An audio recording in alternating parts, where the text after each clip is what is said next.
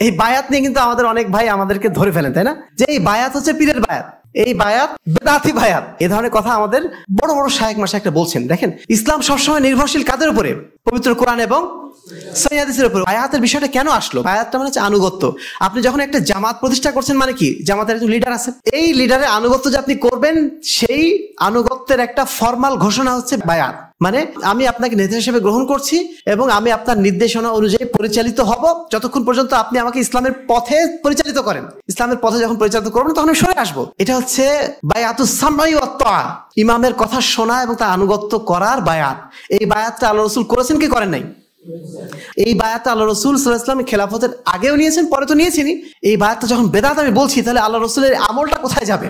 আল্লাহ রাসূলের জন্য কিছু বিষয় খাস আছে, কিন্তু এটা বাদ দিয়ে বাকি যত আমল আল্লাহ রাসূলের পক্ষ থেকে যেটা হয়েছে, সে সমস্ত আমলগুলো কেন তিনি করেছেন? আমাদের দেখানোর জন্য না, আমাদের জন্য তিনি আদর্শ নমুনা হিসেবে তিনি রেখে গেছেন।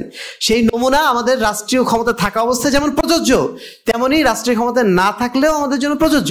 আর ইসলাম সবসময় রাষ্ট্র ক্ষমতা থাকবে, এটা কে বলেছে? কিন্তু তাই বলে রাষ্ট্র ক্ষমতা না থাকলে আমরা জামাত থাকবো না, তখন আমরা যার যার মতো চলাফেরা করবো?